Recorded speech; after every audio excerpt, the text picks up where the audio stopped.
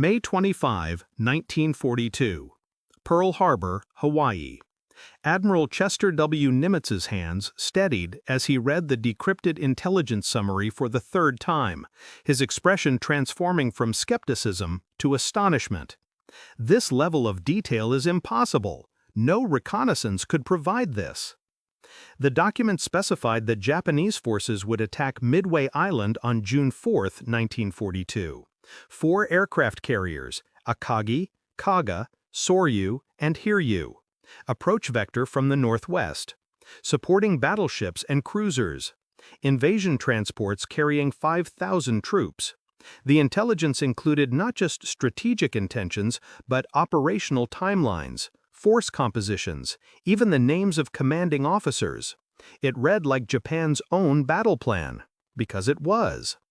The source line at the document's bottom contained a single designation, OP-20G Station Hypo, the Navy's cryptanalysis unit. The intelligence came from intercepted and decrypted Japanese naval communications, broken by a cipher system Japan believed mathematically unbreakable. At the center of this intelligence breakthrough sat a 52-year-old woman in a Washington, D.C. office building whom most Americans would never know existed. Agnes Meyer Driscoll had spent 24 years breaking Japanese codes with methodical precision that bordered on the supernatural. Her colleagues called her Miss Aggie, with a mixture of affection and awe. Japanese intelligence officers, conducting post-war investigations into how Americans had repeatedly anticipated their operations, referred to mysterious foreknowledge as evidence of the woman who could see through walls, never knowing they'd correctly identified both the phenomenon and the gender of its source. Nimitz made his decision. He would position his 3 available carriers, Enterprise, Hornet, and Yorktown, in ambush north of Midway based entirely on this intelligence. The gamble represented the entire operational strength of the Pacific Fleet following Pearl Harbor's devastation. If the intelligence proved wrong, the war in the Pacific would extend for years, perhaps decades. If it proved right, America might strike a decisive blow against Japanese naval aviation. The intelligence was perfect. 9 days later, American dive bombers caught 3 Japanese carriers with their decks crowded with refueling aircraft. Within 5 minutes, Agagi, Kaga, and Soryu were burning wrecks. Hiryu followed that afternoon. Japan's carrier striking force, the weapon that had dominated the Pacific for 6 months, ceased to exist. The Battle of Midway became the turning point of the Pacific War. And Agnes Meyer Driscoll's name remained classified for another 29 years. The journey to this revelation had begun 24 years earlier, in March 1918, when the United States Navy faced an unprecedented challenge. Cryptanalysis had become essential to modern warfare, but the service possessed almost no institutional expertise in code breaking. Agnes May Meyer, not yet Driscoll, arrived at the Navy Department building in Washington, D.C. on March 18, 1918, as one of the first civilian women employed in naval cryptanalysis. Born July 24, 1889 in Geneseo, Illinois, she had earned undergraduate and graduate degrees in mathematics from Ohio State University at a time when fewer than 1% of American women attended college. Her initial assignment reflected the Navy's institutional assumptions: clerical work, typing encrypted messages for male analysts to examine. Within 2 weeks, her supervisor recognized the absurdity of wasting mathematical talent on transcription. Agnes Meyer was transferred to analytical work, where she demonstrated an almost preternatural aptitude for pattern recognition in cipher systems. By June 1918, she was solving intercepts that had stumped analysts with years of experience. Her first major success came in 1921 with Japanese naval attaché codes. Japan used a relatively simple substitution cipher for diplomatic traffic between Washington and Tokyo, believing distance and language barriers provided adequate security.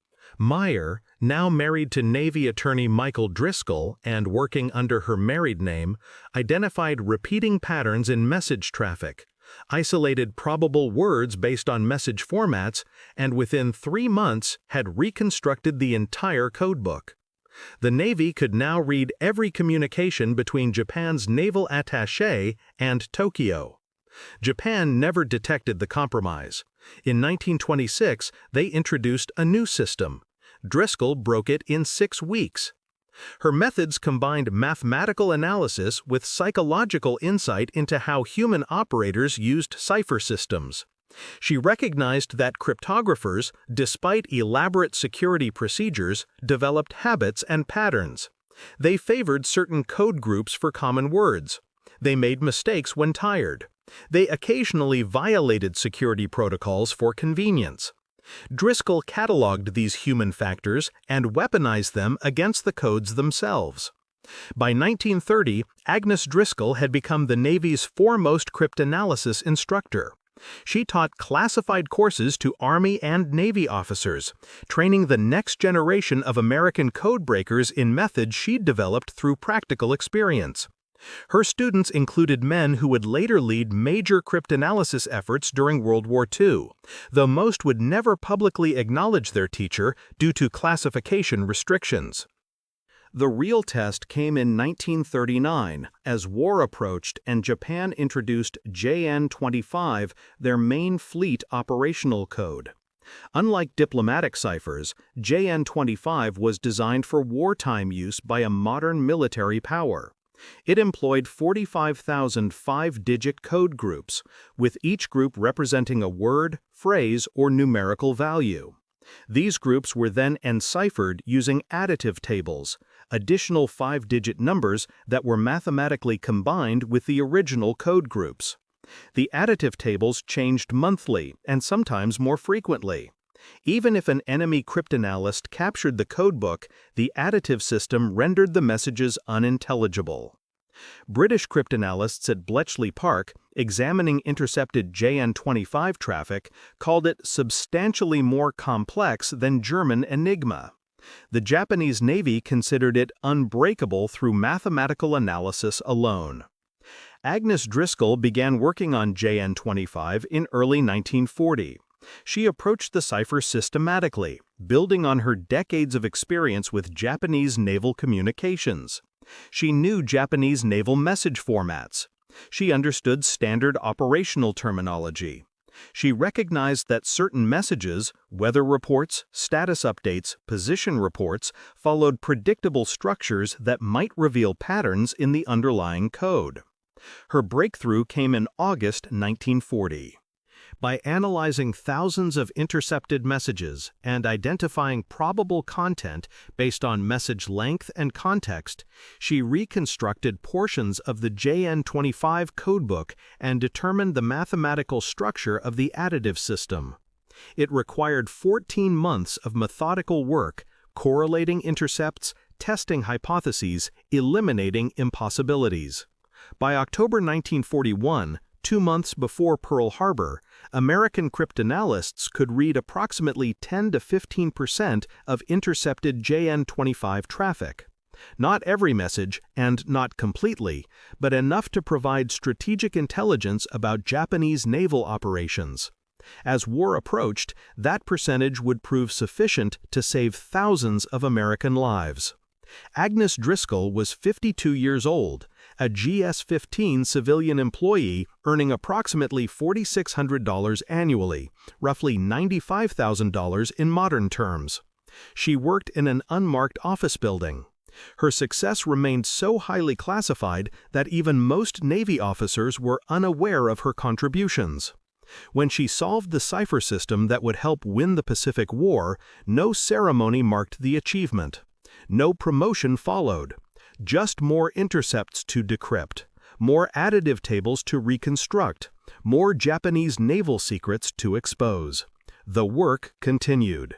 Through 1942, the intelligence advantage provided by JN-25 decryption manifested repeatedly across the Pacific theater. Japanese commanders transmitted detailed operational orders via radio, believing their cipher system protected the information. American cryptanalysts read the messages, sometimes within hours of transmission. They read Japanese plans for the invasion of Port Moresby in April 1942. Admiral Frank Jack Fletcher positioned American carriers to intercept. The Battle of the Coral Sea, fought May 4–8, 1942, became the first naval engagement where surface ships never sighted each other, fought entirely with carrier aircraft. Japan lost the light carrier Shoho and suffered heavy damage to fleet carrier Shokaku. The Port Moresby invasion was abandoned. American intelligence had provided Fletcher the Japanese order of battle, approach vectors, and timing. They read Vice Admiral Nagumo's operational orders for the Midway attack in late May 1942. This intelligence, the submarine Nimitz had reviewed with astonishment, enabled the ambush that destroyed 4 Japanese fleet carriers. Japanese losses included 248 aircraft and approximately 3,057 personnel, including many of Japan's most experienced carrier pilots. American losses were 1 carrier, Yorktown, and 147 aircraft. The strategic balance in the Pacific shifted irreversibly. They read Japanese plans for operations in the Solomon Islands throughout late 1942 and into 1943. During the Guadalcanal campaign, American commanders possessed advance warning of Japanese reinforcement convoys, air raids, and naval bombardments. While Japan ultimately evacuated Guadalcanal in February 1943, the intelligence advantage had multiplied the cost of every Japanese operation, bleeding their forces through attrition that Japanese logistics could not sustain. They read Admiral Yamamoto's inspection itinerary in April 1943.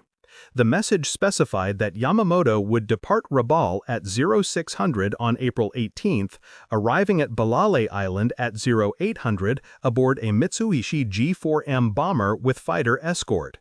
American P-38 Lightning fighters intercepted the flight exactly on schedule. Yamamoto died when his aircraft crashed in the Bougainville jungle. Japan lost the architect of their Pacific strategy, killed because he transmitted his travel plans via a cipher system he believed secure. From a Japanese perspective, American intelligence capabilities appeared uncanny. Their convoys were intercepted by submarines positioned impossibly in advance. Their air raids encountered prepared defenses. Their operational movements drew immediate American responses. Some Japanese intelligence officers suspected code compromise, but investigations found no evidence. The alternative explanation, that Americans possessed unprecedented signals intelligence and radio direction finding capabilities, seemed more plausible. What Japanese investigators never discovered was that American cryptanalysis had achieved something extraordinary, a break so complete that the target never realized they were compromised. There were no obvious patterns in which messages Americans seemed to anticipate, no specific ciphers that appeared vulnerable. The intelligence breach was comprehensive and invisible. In Washington, D.C., Agnes Driscoll continued her methodical work. As Japanese cryptographers updated JN-25 with new additive tables, she broke them. When they introduced variants designated JN-25B, JN-25C, and JN-25D between 1942 and 1944, she adapted her techniques. The work was exhausting, intellectually demanding, and absolutely critical to American naval operations. But the advantage depended entirely on Japan never discovering the breach. If Japanese cryptographers realized JN-25 was compromised and introduced a fundamentally new system, months or years of cryptanalysis might be required to break it. The secret had to remain perfect. And it did, not just through the war, but for decades afterward. But by late 1943, the tactical picture in the Pacific had transformed so dramatically that Japanese strategic thinking underwent fundamental revision. The turning point wasn't a single battle, but an accumulation of intelligence-driven American successes that made continuing major fleet operations increasingly untenable. The specific incident that crystallized Japanese concerns occurred during Operation Galvanic, the American invasion of Tarawa and Makin atolls in November 1943. Japanese Naval Command transmitted encrypted orders directing combined fleet elements to intercept American invasion forces. The message included force composition, approach routes, and timing. American carriers and submarines were already positioned along every approach vector specified in the Japanese orders. When Japanese scout planes reported unexpected American defensive positions, Vice Admiral Minichi Koga, Yamamoto's successor, canceled the operation. The coincidence seemed impossible. Either American intelligence capabilities had reached unprecedented levels, or Japanese communications had been compromised. Japanese naval intelligence conducted extensive investigations. They examined cipher procedures looking for operator errors or security violations that might have exposed JN-25's structure. They found nothing. They investigated whether American submarines' positions resulted from radio direction finding technology superior to Japanese capabilities. Possible, but the positioning seemed too precise. They considered whether Japanese prisoners had revealed codebook materials. No prisoners had access to current operational codes. The investigations concluded that JN-25 remained secure. American successes resulted from improved radar, superior signals intelligence, and extensive submarine patrols that detected Japanese fleet movements through visual observation and traffic analysis. This conclusion, while incorrect, was entirely reasonable given the evidence available. What made the conclusion reasonable was the sophistication of American security procedures surrounding the intelligence. Operational commanders received decrypted intelligence through carefully structured summaries that never revealed source or method. Action based on signals intelligence was accompanied by cover operations, reconnaissance flights, submarine sightings, Coast Watcher reports that provided alternative explanations for American foreknowledge. The system was designed to protect the source by making each intelligence-driven success appear coincidental or explainable through conventional means. Lieutenant Commander Joseph Rochefort, commanding Station Hypo at Pearl Harbor, the unit that handled much of the JN-25 cryptanalysis, later described the deception requirements. Every time we positioned forces based on decrypted intelligence, we needed a plausible cover story. If we'd simply responded to every intercepted Japanese message, they'd have changed their codes within a week. The intelligence was valuable only if the enemy never realized we had it. Agnes Driscoll's contribution to this intelligence operation extended beyond breaking the codes themselves. She trained analysts in recognizing message priorities, identifying urgent operational traffic amid routine administrative communications. She developed techniques for rapid additive recovery when Japanese cryptographers introduced new tables. During critical operations, like Midway, when timely intelligence meant the difference between victory and catastrophic defeat, her methods enabled analysts to decrypt key messages within hours rather than days. The human cost of her success became statistically measurable. Studies conducted after the war estimated that signals intelligence, primarily JN-25 decryption, shortened the Pacific War by between 1 and 2 years. Every month of continued war cost approximately 10,000 American casualties and multiples of that number in Japanese military and civilian deaths. By that calculation, Agnes Driscoll's cryptanalysis work potentially saved between 120,000 and 240,000 American lives, plus hundreds of thousands of Japanese casualties that would have resulted from continued combat and ultimately the planned invasion of the Japanese home islands. Yet even these statistics don't capture the operational impact.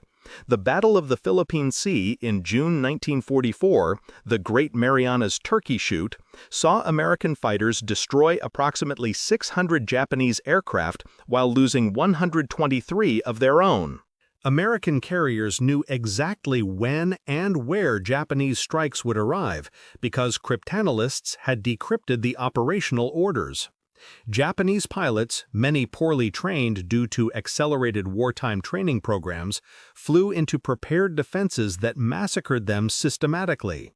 The battle effectively destroyed Japanese naval aviation as an offensive force. The intelligence advantage changed American strategic planning. Operations that might have been considered too risky, invading heavily defended islands, conducting amphibious assaults against alerted Japanese forces, became feasible because commanders possessed detailed intelligence about enemy strength, positions, and intentions. Admiral Nimitz later stated that signals intelligence was worth at least half of his fleet in combat effectiveness. But within the classified world of American cryptanalysis, another dynamic was emerging that would affect Agnes Driscoll's legacy.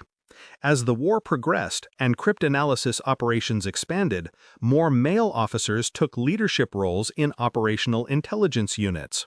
Driscoll remained in Washington, continuing her technical work breaking codes, while officers like Rochefort and Captain Edwin Layton, Nimitz's intelligence officer, became the visible faces of communications intelligence. This wasn't malicious. Combat theater commanders worked with theater intelligence officers, not with cryptanalysts stationed in Washington. When Nimitz later wrote about the intelligence that won Midway, he credited Rochefort's unit at Station Hypo, technically accurate as Rochefort's team handled much of the operational analysis. But the actual breaking of JN-25, the mathematical and analytical work that made the intelligence possible, had been accomplished primarily by Agnes Driscoll's methods and training. The distinction between breaking the code and exploiting the intelligence was lost in later accounts. Officers who had managed intelligence operations received recognition, while the cryptanalysts who had done the underlying mathematical work remained anonymous, both for legitimate security reasons and because institutional military culture in the 1940s was more comfortable crediting male officers than civilian women. By 1945, as the war approached its conclusion, Agnes Driscoll had spent 27 years in naval cryptanalysis. She had broken multiple Japanese cipher systems. She had trained most of the senior American cryptanalysts working in the Pacific Theater. She had developed techniques that remained classified and in use decades after the war ended. Her work would remain secret for another 30 years. The recognition would come too late. The decision to hire Agnes Meyer in 1918 had emerged from necessity rather than progressive thinking about women's capabilities. The Navy's cryptanalysis requirements expanded dramatically during World War I as radio communications became essential to naval operations. Encrypted enemy communications poured into monitoring stations faster than the handful of male cryptanalysts could process them. Captain Herbert Yardley, who established the Navy's first organized cryptanalysis effort, issued remarkably specific requirements in early 1918. The service needed personnel with advanced mathematical training, pattern recognition abilities, foreign language skills, and the intellectual stamina to perform repetitive analytical work for hours without diminishing accuracy. Given that most men with such qualifications were being recruited for combat or technical military roles, Yardley made a pragmatic decision: hire women. The strategic context made this decision acceptable to Navy leadership. Cryptanalysis work occurred in secure office buildings, not aboard ships or in combat zones. It required no physical strength. The work was classified to the point of invisibility.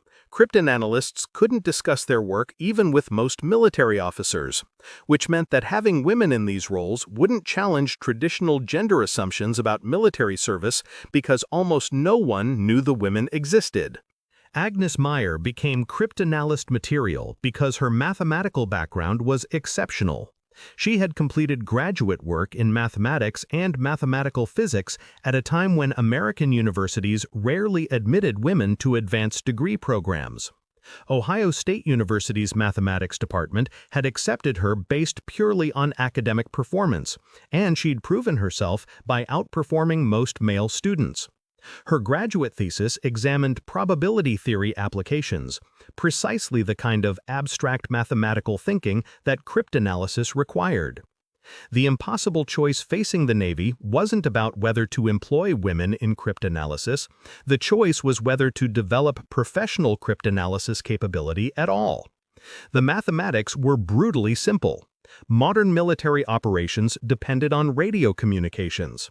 Radio communications could be intercepted by any receiver tuned to the correct frequency. Therefore, all meaningful military communications would be encrypted. Whichever side could read the enemy's encrypted communications possessed an enormous tactical advantage. That advantage required cryptanalysis expertise that took years to develop. The design trade-offs centered on security versus efficiency. A truly secure cipher system would require one-time pads, random key material used once and never repeated. Such systems were mathematically unbreakable but operationally impractical for military communications. Naval forces operating across the Pacific couldn't rely on pre-shared key material that would be exhausted after a few dozen messages. Instead, military ciphers had to balance security with usability, complex enough to resist casual cryptanalysis, but systematic enough that radio operators in the field could encrypt and decrypt messages without advanced mathematical training. Japan's decision to employ the JN-25 additive system reflected this trade-off. The system was complex enough to resist attack by any nation lacking sophisticated cryptanalysis capabilities, but it could be used by radio operators with minimal training. The additive tables could be printed as portable booklets that were updated monthly and destroyed when superseded. The system seemed brilliantly designed for operational reality. What Japanese cryptographers didn't anticipate was someone like Agnes Driscoll. Her particular combination of mathematical sophistication, cryptanalysis experience, and familiarity with Japanese naval communications created a vulnerability in what was otherwise a sound cipher system. JN-25 could resist casual attack, but it couldn't resist a cryptanalyst who devoted years to studying Japanese naval communications patterns and understood both the mathematical structure of cipher systems and the human factors that created exploitable regularities. The Navy's decision to continue employing Driscoll throughout the 1920s and 1930s, despite the general restrictions on women in military service, reflected another pragmatic calculation. She was better at cryptanalysis than anyone else the Navy could recruit. Her success rate breaking Japanese codes exceeded that of male analysts with comparable experience. She could solve in weeks what took others months. This created an organizational dilemma that would affect Driscoll's eventual legacy. She was too valuable to lose, but too anomalous to integrate into normal military recognition systems. She couldn't be commissioned as a Navy officer because women weren't admitted to the officer corps in technical specialties. She couldn't receive military decorations because she was a civilian. She couldn't be publicly recognized because her work was classified. The institutional Navy benefited enormously from her capabilities while having no formal mechanism for acknowledging her contributions. The justification for this arrangement seemed logical at the time. Security required anonymity. The work itself was reward, knowing that her cryptanalysis saved American lives and shortened the war. Recognition could wait until after hostilities ended and classification restrictions were lifted. Except, classification restrictions weren't lifted after the war. JN-25 decryption remained classified because the techniques Driscoll had developed were still in use against other nations' cipher systems. Then the Cold War began, and cryptanalysis became even more sensitive. The classification continued. Years became decades. By the time declassification became politically possible, most Americans who remembered World War II were more interested in moving forward than in correcting historical oversights about who had contributed to victory. Agnes Driscoll retired from Navy cryptanalysis in 1949, 31 years after she'd first walked into that Washington, D.C. office building. Her work remained secret. The recognition never came. The systematic losses that Japanese forces suffered throughout 1943 and 1944, viewed through the lens of signals intelligence, reveal a devastating pattern. Each time Japanese Naval Command transmitted operational orders via JN-25, they unknowingly provided American forces with the intelligence needed to counter the operation. The accumulation of these compromised operations progressively weakened Japan's ability to conduct effective naval warfare. Operation I-Go in April 1943 demonstrated the pattern.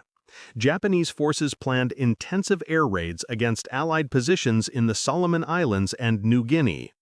Admiral Yamamoto transmitted detailed orders outlining which bases would be targeted, when attacks would occur, and how many aircraft would participate. American forces, having decrypted these orders, reinforced defenses at targeted locations and positioned fighters for interception. The results were catastrophic for Japan. On April 7, 1943, Japanese forces launched 157 aircraft against Allied shipping at Guadalcanal. They claimed to have sunk 2 destroyers, 1 cruiser, and 25 transports. Actual losses were 1 destroyer, 1 oiler, and 1 corvette. Prepared American defenses had massacred the attacking force. Japan lost 39 aircraft. Similar patterns followed throughout Operation I-Go. Japanese aircrew returned claiming devastating success because they'd completed their attacks and seen explosions. Post-war analysis revealed that most of their targets had already been evacuated or protected based on intelligence about the timing and targets of the attacks. The mathematics of attrition became relentless. During the Battle of the Philippine Sea on June 19-20, 1944, Japanese naval aviation attempted a decisive battle that would reverse their deteriorating strategic position. Admiral Jisaburo Ozawa commanded 9 carriers with approximately 430 aircraft, sailing to engage American invasion forces at Saipan. Japanese operational orders, transmitted via JN-25 and decrypted by American cryptanalysts, provided Admiral Raymond Spruance with Ozawa's force composition, approach vector, and timing. American forces prepared accordingly. They positioned 15 carriers with 956 aircraft and arranged their fleet for maximum defensive effectiveness. When Japanese strikes launched on the morning of June 19, American radar detected them at extreme range. American fighters intercepted Japanese attack formations before they reached the fleet. The slaughter was methodical and comprehensive. Japanese pilots, many with fewer than 6 months of training due to accelerated wartime programs, flew against experienced American aviators who knew exactly when and where the attacks would come. Of approximately 373 Japanese carrier aircraft that launched that day, 243 were destroyed. 65% of Japan's carrier aviation strength eliminated in a single engagement. American losses totaled 29 aircraft. Pilots dubbed it the Great Marianas Turkey Shoot with grim humor. Japanese carrier aviation never recovered.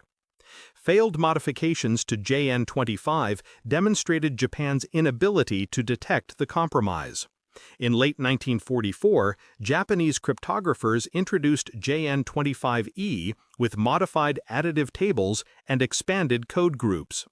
The changes addressed theoretical vulnerabilities in the cipher's mathematical structure. Driscoll and her fellow cryptoanalysts broke the new variant in less than 3 weeks. The modifications made the system more complex for Japanese radio operators, but provided no additional security against cryptoanalysts who understood the underlying principles. Japan's failure to recognize the breach stemmed partly from cognitive bias. Their cryptographers had designed JN-25 specifically to resist known cryptoanalysis techniques. When security reviews examined the system, they confirmed that it met all theoretical security requirements. The possibility that an enemy cryptoanalyst might have developed new techniques or might simply be better at cryptoanalysis than Japanese security experts anticipated didn't receive serious consideration. Pride and institutional momentum prevented Japanese cryptoanalysts from accepting that their unbreakable system had been broken. Late war desperation led to operations that would have been prevented had Japanese command realized their communications were compromised. The late Gulf operation in October 1944, the largest naval battle of the Pacific War, saw Japanese forces divide into three separate groups attempting a coordinated attack on American invasion forces at Leyte. The Japanese battle plan, transmitted via JN-25, was decrypted in its entirety. American commanders knew the composition, route, and timing of each Japanese force. The battle lasted October 23 to 26, 1944, and resulted in catastrophic Japanese losses: 4 aircraft carriers, 3 battleships, 10 cruisers, and 11 destroyers sunk. Approximately 12,500 Japanese naval personnel died. American losses totaled 1 light carrier, 2 escort carriers, 2 destroyers, and 1 destroyer escort, approximately 2,800 personnel. Japanese forces inflicted some damage through tactical surprise in individual engagements, but the strategic outcome was predetermined by American signals intelligence. The most devastating single incident involving JN-25 intelligence occurred on April 18, 1943, with Admiral Yamamoto's death. The decision to intercept and shoot down his transport aircraft was made at the highest levels of American command, with President Roosevelt personally authorizing the operation. The intelligence was perfect: time, location, aircraft type, escort composition. 18 P-38 fighters intercepted Yamamoto's flight exactly on schedule. The admiral, who had planned Pearl Harbor, died in the Bougainvillean jungle because he'd transmitted his travel itinerary via a cipher system American cryptanalysts could read. Japanese investigations after Yamamoto's death considered whether the Americans had broken JN-25. The investigation concluded that the interception resulted from coincidence. Americans maintained routine patrols in the area and happened to intercept a Japanese flight. The alternative explanation, that Americans had broken Japan's main naval cipher and could read operational traffic, seemed too catastrophic to accept.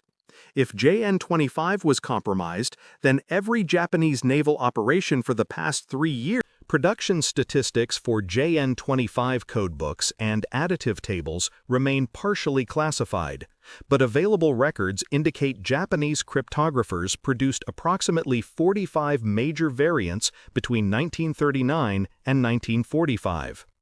The base JN-25 system introduced in 1939 employed 45,000 5-digit code groups. JN-25B, introduced in December 1940, expanded to 55,000 groups. JN-25C through JN-25G, introduced between 1942 and 1945, varied between 50,000 and 60,000 code groups with increasingly complex additive table structures. Distribution of these materials to Japanese naval units worldwide required enormous logistical effort. Each ship, shore station, and headquarters needed current codebooks and additive tables. Security procedures required destroying superseded materials, a process that became increasingly difficult as American submarine warfare disrupted Japanese logistics. By late 1944, some Japanese units operated with outdated cipher materials, further compromising communications security. Loss rates for Japanese military operations during the period when JN-25 was comprehensively compromised, approximately 1942 through 1945, show dramatic disparities compared to early war performance. During the 6 months following Pearl Harbor, when American cryptanalysis of JN-25 was partial and developing, Japanese naval aviation achieved approximately 2-to-1 kill ratios in carrier battles. After mid-1942, when American decryption capabilities matured, these ratios inverted dramatically. At Philippine Sea, the ratio reached approximately 8-to-1 in favor of American forces. Crew casualties for Japanese naval aviation during this period reached approximately 80,000 personnel killed or missing, roughly 75% of all Japanese naval aircrew who served during the war. These losses included not just pilots, but radio operators, bombardiers, and gunners. Many died in attacks that American forces anticipated through signals intelligence, flying into prepared defenses against targets whose location and protection status had been communicated to American commanders via decrypted Japanese orders. Survivor testimony from Japanese naval officers, collected during post-war interrogations, consistently referenced confusion about American intelligence capabilities. One surviving carrier captain stated, "We could not understand how American forces repeatedly appeared in exactly the positions necessary to intercept our operations. Our intelligence officers assured us that our codes were secure. We concluded that Americans possessed radar and direction-finding capabilities far superior to our own." Comparative analysis with Allied cryptographic security reveals stark contrasts. The German Enigma cipher, broken by British cryptanalysts at Bletchley Park, was eventually recognized as compromised by German intelligence services in late 1944. Security modifications followed, forcing British cryptanalysts to redevelop breaking techniques. The Japanese never made this discovery regarding JN-25, continuing to use variants of the system through the war's end. The philosophical difference was simple. German security culture included periodic, comprehensive reviews assuming possible compromise. Japanese security culture assumed their cryptographic system was mathematically sound and therefore secure. Pride prevented the consideration that an enemy might simply be better at cryptanalysis than Japanese cryptographers anticipated. That pride cost tens of thousands of lives and contributed directly to Japan's defeat in the Pacific War. The examination of JN-25 decryption records at the National Security Agency archives in the 1990s, following decades of classification, provided the final proof of what historians had suspected. American signals intelligence had constituted one of the war's decisive advantages, and Agnes Meyer Driscoll had been central to creating that advantage. The surrender connection carried particular irony. When Japanese officials signed surrender documents aboard USS Missouri on September 2, 1945, some of the intelligence that had brought them to that moment came from cipher systems they still believed secure. Post-war investigations by Japanese intelligence services into how Americans had achieved such comprehensive foreknowledge of Japanese operations concluded that JN-25 had never been mathematically broken. Americans must have employed unprecedented signals intelligence techniques that didn't involve reading the actual content of encrypted messages. The final irony was complete. Agnes Driscoll's success at breaking Japanese codes was so thorough, so comprehensive, that the enemy never detected it. If Japan had discovered the compromise and changed systems, she might have received recognition for forcing such a major operational change. Instead, her perfect success made her invisible. Japanese cryptographers never knew.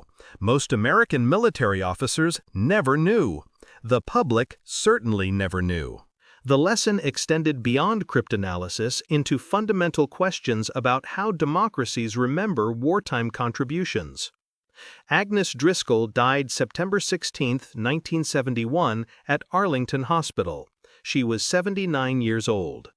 Her obituary in the Washington Post listed her as a retired government worker with no mention of her naval service or cryptanalysis career. Her surviving family members, nieces and nephews, knew she'd worked for the Navy in some capacity, but possessed no details about what she'd done. When her cryptanalysis work was finally declassified between the 1980s and 2000s, historians conducting research on signals intelligence operations encountered her name repeatedly in documents describing major cryptanalysis breakthroughs. They called her contributions extraordinary and decisive. In 2000, 29 years after her death, Agnes Meyer Driscoll was inducted into the National Security Agency Hall of Honor. Her family finally learned what she'd accomplished. Today, while Bletchley Park operates as a museum celebrating British cryptanalysis and Alan Turing has become a household name, most Americans have never heard of Agnes Driscoll. She broke codes that helped win the Pacific War. She trained the cryptanalysts who built American signals intelligence into the most sophisticated operation of World War II. She saved thousands of lives through work she could never discuss. The woman who could see through walls remained invisible herself. And in that single fact lies the entire story of how history remembers and forgets, based not on what was accomplished, but on who accomplished it.